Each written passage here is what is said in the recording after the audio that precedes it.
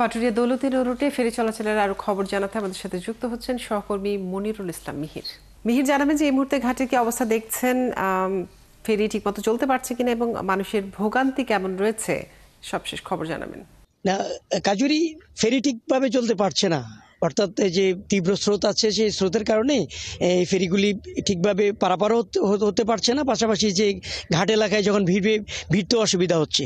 আমরা আসি পাটুরিয়া 4 নম্বর ঘাটে। আমরা কালকে দেখিয়েছিলাম 4 নম্বর ঘাটটি সরাসরি যে যখন ভাঙছিল। আমরা ঠিক এখানে কালকে দেখেছিলাম যে বিএডব্লিউটিএ কর্তৃপক্ষ কিছু জিও ব্যাগ ফেলছিল। একটি জিও ব্যাগও নাই, সে সবগুলি পানির স্রোতে ভেসে নিয়ে গিয়েছে। নিশ্চয়ই দেখতে পাচ্ছেন আরও কিন্তু ভাঙন কালকে 10 থেকে 12 ফিট ছিল, সেটি 20 থেকে 24 ফিটের মতন হয়ে গিয়েছে এখন এই ভাঙনটি। এই 4 নম্বর ঘাটটি মূলত এখন কার্যত বন্ধ হয়ে আছে। 3 নম্বর ঘাট দিয়ে ফেরি পারাপার আপাতত হচ্ছে এবং 5 নম্বর ঘাট দিয়ে আংশিকভাবে কিছু ফেরি পারাপার করছেন। তবে এখানে যানবাহনের একটা লাইন আছে। সকালে যদিও যাত্রীবাহী বাসগুলি নেই, কিন্তু যে ব্যক্তিগত গাড়িগুলি আমরা সেগুলি 3 নম্বর ঘাটে দেখেছি যে অনেক ব্যক্তিগত প্রাইভেট কার, মাইক্রোবাস এগুলি অপেক্ষা করে আছে। পাশাপাশি যে পণ্য বোঝাই ট্রাকগুলি, সেগুলি কিন্তু একটা দীর্ঘ লাইন। এই নিশ্চয়ই দেখতে পাচ্ছেন সকাল থেকে এখানে অপেক্ষা করে আছে। এবং আমরা কয়েকজন চালকের সাথে যখন কথা বলছিলাম, তারা বলছেন যে কাল রাত থেকে তারা কিন্তু এখানে ঘাট এলাকায় এসে অপেক্ষা করে আছেন, কিন্তু পার হতে পারছেন না। অর্থাৎ যানবাহনের একটা দীর্ঘ লাইন আছে। তবে এই যে এখানে বিএডব্লিউটিএ কর্তৃপক্ষ তেমন কোনো তাদের আমরা উদ্যোগ দেখি না, যার কারণে এখানে মানুষের মধ্যে একটা ক্ষোভ আছে।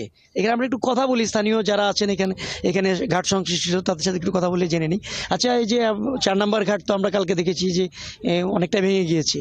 কি অবস্থা? আপনাদের কোনো আতঙ্ক বা আপনারা কি মনে করছেন? আমরা প্রতিটা মুহূর্তে আতঙ্কে থাকি, কারণ যেভাবে ফাটল ধরতেছে আর নিজ দিকে আপনার দাবায় নিয়ে যাইতেছে। আমাদের বাড়িঘর অলরেডি 3-4টে চলে গেছে। 5 নম্বর ঘাটে থেকে 2টা গেছে, 4 নম্বর থেকে 1টা গেছে। আর আপনি আমার পিছনে তো দেখতেই পাচ্ছেন রাস্তা চলে যাইতেছে। জিও ব্যাগ ওই পরিমাণ নাই, কারণ সরকারের জিও ব্যাগ দিতে হবে। এখানে প্রচুর পরিমাণ জিও ব্যাগ দিতে হবে। জিও ব্যাগ দিলে পরে আমাদের ঘাটটা রক্ষা হবে, আমাদের বাড়িঘর ব্যবসা প্রতিষ্ঠান রক্ষা হবে। এখানে এই ঘাটের উপর ডিপেন্ড করে আমাদের অনেকেই কর্মজীবনে ব্যস্ত আছি আমরা, কারণ এখানে যদি ঘাটই না থাকে, যদি ঘাটটা বিলীন হয়ে যায়, তাহলে আমরা কি করে খাবো? ধন্যবাদ। কাজী, শুনছিলেন যে আসলে এই যে ঘাট সংশ্লিষ্ট যারা আছে প্রত্যেকেই কিন্তু একটা আতঙ্কের মধ্যে আছে, যে 3 নম্বর ঘাট, 4 নম্বর ঘাট, 5 নম্বর ঘাট, 3টি ঘাটেরই একই অবস্থা। আমরা সকালে আবার দেখেছি যে ফেরিঘাটটি যেই লঞ্চ ঘাটটি বিলীন হয়ে গিয়েছিল, সেই লঞ্চ ঘাটে নতুন করে আবার ভাঙন হয়েছে। কিছুক্ষণ আগে আমরা দেখলাম যে লঞ্চ ঘাটের যে উপরে ছাউনি আছে, সেটিও ভাঙনের মুখে পড়েছে। অর্থাৎ এই যে অবস্থা, বোঝা যাচ্ছে না যে শেষ পর্যন্ত এখানে এই যে ঘাটগুলো টিকিয়ে রাখা যায় কিনা। সেক্ষেত্রে কিন্তু আমরা বিএডব্লিউটিএ কর্তৃপক্ষের কোনো ধরনের খুব একটা ভালো উদ্যোগ দেখছি না। শুধুমাত্র কিছু জিও ব্যাগ ফেলছেন, এখানে তারা শান্ত হয়ে থাকছেন। কাজুরি। মিহির, আপনাকে অনেক ধন্যবাদ যুক্ত থাকার জন্য। দর্শক, পাটুরিয়া ঘাটের ভাঙনের সবশেষ খবর জানাচ্ছিলেন আমাদের সহকর্মী।